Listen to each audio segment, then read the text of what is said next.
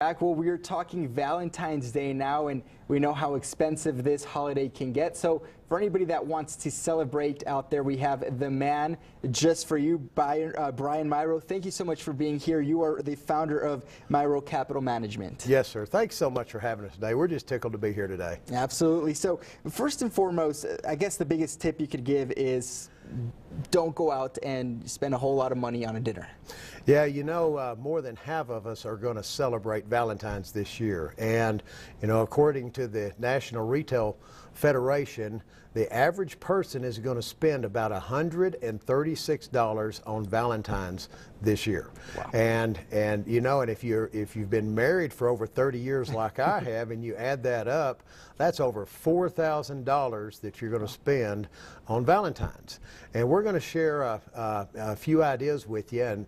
And not only are people spending money on their significant others, but they're also spending money on their children, their grandchildren, grandparents, and some people are even spending money on their pets. Oh, wow. Yeah. So it really can become a costly holiday. I mean, I know people go overboard on Halloween and it's just one night, but Valentine's Day, I guess this is the night where we want to show those loved ones just how much we feel for them, but we don't have to do it by breaking the bank. That's right. You know, what we have found, it's the little bitty things, you know, after being married for 30 years, it's the little bitty things is what we have learned that makes a difference. And what we're going to share is 3 ideas with you today on how to have an incredible evening and how to have a lot of fun with your significant other without breaking the bank. Absolutely. Now, one of the first ways we can do that is we can do what we call do-it-yourself date night. Now, you know, a traditional Valentine's dinner, if we go out to a nice restaurant and have a dinner, well, we can spend as much as, it's easy to spend $150 on a dinner alone.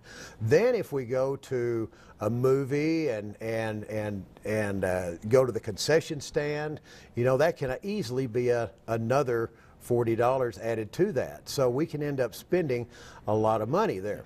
So what we can do instead, to put a twist on that, what we do is we have dinner at home and maybe get a romantic movie, and you know, if we go to the grocery store, we can buy a steak and we can get a couple of sides and get a bottle of our favorite beverage and have an incredible time, and that can save us as much as $100 by itself. And not only that, we also want to skip on the store-bought gifts and make saving this year a competition. How do we make this a competition? Okay, so as a competition, what we can do is we can sit down and define a budget and figure out how much money we can spend in our budget. Now, we want to be realistic. Remember, the average person is spending $136 on Valentine's Day. And so what we can do is define a budget, and then we can decide what we want to go do and make it a competition between significant others. And you can go do things like go for a walk, you can go visit a museum, you can go